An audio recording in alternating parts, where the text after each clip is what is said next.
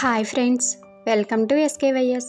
ఈరోజు వీడియోలో ఎండలో ఆరబెట్టే పనే లేకుండా చాలా ఈజీగా టేస్టీగా చేసుకోగలిగే టమాటా నిల్వ పచ్చడి చేసి చూపించబోతున్నానండి. చాలా సింపుల్గా చేసుకోవచ్చు. ఇంకా ఆలస్యం చేయకుండా ఈ టమాటా నిల్వ పచ్చడి ఎలా చేయాలో చూసేద్దాం. ముందుగా 1 కేజీ టమాటాలను శుభ్రంగా కడిగి పొడి క్లాత్తో తుడిచి ఫ్యాన్ కింద 10-15 నిమిషాల వరకు ఆరబెట్టుకోవాలి. టమాటాలు మెత్తగా లేకుండా కొంచెం గట్టిగా ఉన్నవి, అలాగే ఎర్రగా ఉన్నవి తీసుకోవాలి.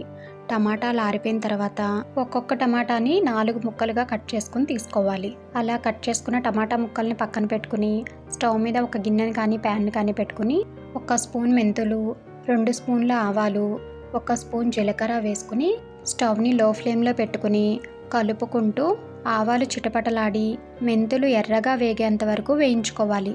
అవి బాగా వేగిపోయిన తర్వాత స్టవ్ ఆఫ్ చేసి వాటిని ఒక ప్లేట్లోనికి తీసుకుని పూర్తిగా చల్లారనివ్వాలి.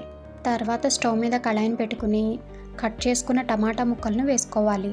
టమాటా ముక్కలన్నీ వేసుకున్న తర్వాత పులుపుకు సరిపడా చింతపండును తీసుకోవాలి. చింతపండులో గింజలు, ఈనెలు ఏమీ లేకుండా క్లీన్ చేసుకుని ఒక 50 గ్రామ్స్ వరకు చింతపండును తీసుకుని ఆ టమాటా ముక్కల్లో వేసుకోవాలి. చింతపండును వేసేసుకున్న తర్వాత మొత్తాన్ని ఒకసారి బాగా కలుపుకొని స్టవ్ని మీడియం టు లో ఫ్లేమ్లో పెట్టుకుంటూ మధ్య మధ్యలో కలుపుకుంటూ మూత పెట్టుకుని టమాటాల్లో ఉన్న నీరంతా అయిపోయేంత వరకు ఉడికించుకోవాలి. టమాటాల్లో నీరు ఏమాత్రం ఉన్నా పచ్చడి త్వరగా పాడైపోతుంది. కాబట్టి టమాటాల్లో నీరంతా అయిపోయేంత వరకు మధ్య మధ్యలో కలుపుకుంటూ ఉడికించుకోవాలి. టమాటా ముక్కలు ఉడికేలోపు పచ్చడి కోసం తాలింపు వేసుకోవాలి. వేరొక స్టవ్ మీద గిన్నెను పెట్టుకుని దానిలోకి 2 కప్పుల వరకు వేరుశనగ నూనెను వేసుకోవాలి. ఏ పచ్చడికైనా వేరుశనగ నూనె కానీ పప్పు నూనె కానీ చాలా బాగుంటుంది. ఆయిల్ వేడెక్కిన తర్వాత స్టవ్ని మీడియం ఫ్లేమ్లో పెట్టుకుని 2 స్పూన్ల వరకు ఆవాలు, 3-4 స్పూన్ల వరకు పచ్చెనగపప్పు వేసుకుని దోరగా వేయించుకోవాలి. అవి 70-80% వేగిపోయిన తర్వాత దానిలోనికి 2 లేక 3 రెమ్మల కరివేపాకును వేసుకుని 1 నిమిషం పాటు వేయించుకోవాలి. కరివేపాకు కూడా వేగిపోయిన తర్వాత కొన్ని వెల్లుల్లి రెబ్బలు దంచి వేసుకుని దానిలోకే 5-6 ఎండుమిర్చిని కూడా తుంచి వేసుకుని ఆ పోపు అంతటిని అస్సలు మాడకుండా స్టవ్ని మీడియం టు లో ఫ్లేమ్లోకి అడ్జస్ట్ చేసుకుంటూ బాగా వేయించుకోవాలి. ఆ తాలింపు అంతా బాగా వేగిపోయిన తర్వాత స్టవ్ ఆఫ్ చేసి 1 టీ స్పూన్ ఇంగువ, 1 టీ స్పూన్ పసుపు వేసుకుని ఒక్కసారి బాగా కలుపుకుంటే ఆ వేడికే అవి మగ్గిపోతాయి. తర్వాత ఆ గిన్నెను పక్కకు దింపుకొని తాలింపుని పూర్తిగా చల్లారనివ్వాలి. తాలింపు పూర్తిగా చల్లారిన తర్వాతే పచ్చడి కలుపుకున్నట్లయితే పచ్చడి రంగు మారకుండా ఉంటుంది. ఏ పచ్చడికైనా అలాగే కలుపుకుంటే బాగుంటుంది. ఇప్పుడు టమాటా ముక్కలు ఉడికాయో లేదో చూసుకుందాం.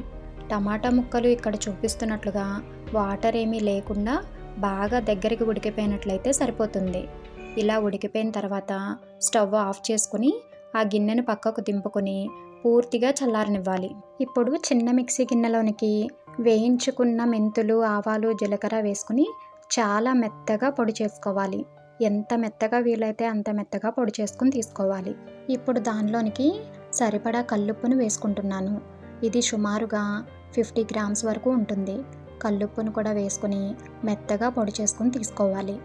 పచ్చడిలోనికి సాల్ట్ వేసుకుని కలుపుకోవడం కన్నా ఇలా కల్లుప్పుని మెత్తగా పొడి చేసుకుంటే పచ్చడి టేస్ట్ కానీ టెక్స్చర్ కానీ బాగుంటుంది. ఇప్పుడు దానిలోనికి పచ్చడి కారం వేసుకోవాలి. ఇది సుమారు 50 గ్రామ్స్ టు 75 గ్రామ్స్ ఉంటుంది. దానిలోనే కొన్ని వెల్లుల్లి రెబ్బలు కూడా వేసుకుని మెత్తగా పొడి చేసుకుని తీసుకోవాలి. ఇప్పుడు పెద్ద మిక్సీ జార్ని తీసుకుని చిన్న మిక్సీ గిన్నెలో ఉన్న పొడంతా ఆ మిక్సీ జార్లో వేసుకోవాలి. దానిలోనే పూర్తిగా చల్లారిపోయిన టమాటా, చింతపండు పేస్ట్ని కూడా వేసుకుని మెత్తగా మిక్సీ చేసుకుని తీసుకోవాలి. ఇలా మిక్సీ చేసుకుని తీసుకున్నప్పుడే ఉప్పు, కారం చెక్ చేసుకుని సరిపోకపోతే అడ్జస్ట్ చేసుకోవాలి. ఇలా మిక్సీ చేసుకున్న పచ్చడి మొత్తాన్ని పూర్తిగా చల్లారిపోయిన తాలింపులో వేసుకుని బాగా కలుపుకోవాలి. పచ్చడి బాగా కలిసిపోయిన తర్వాత ఎయిర్ టైట్గా ఉండే ఒక డబ్బాలో కానీ సీసాలో కానీ 2-3 నెలలు స్టోర్ చేసుకుని చాలా రుచిగా ఉండే టమాటా నిల్వ పచ్చడి రెడీ అయిపోయినట్లే. మీరు కూడా ఇలా ఒకసారి ట్రై చేసి టేస్ట్ చేసి మీకు ఎలా వచ్చిందో కమెంట్ చేయడం మాత్రం మర్చిపోవద్దు. వీడియో నచ్చితే చిన్న లైక్ చేసి మీ ఫ్యామిలీ అండ్ ఫ్రెండ్స్కి షేర్ చేయండి. అలాగే కొత్తగా ఎవరైనా మన ఛానల్ని చూస్తుంటే సబ్స్క్రైబ్ చేసుకోండి. Thank you.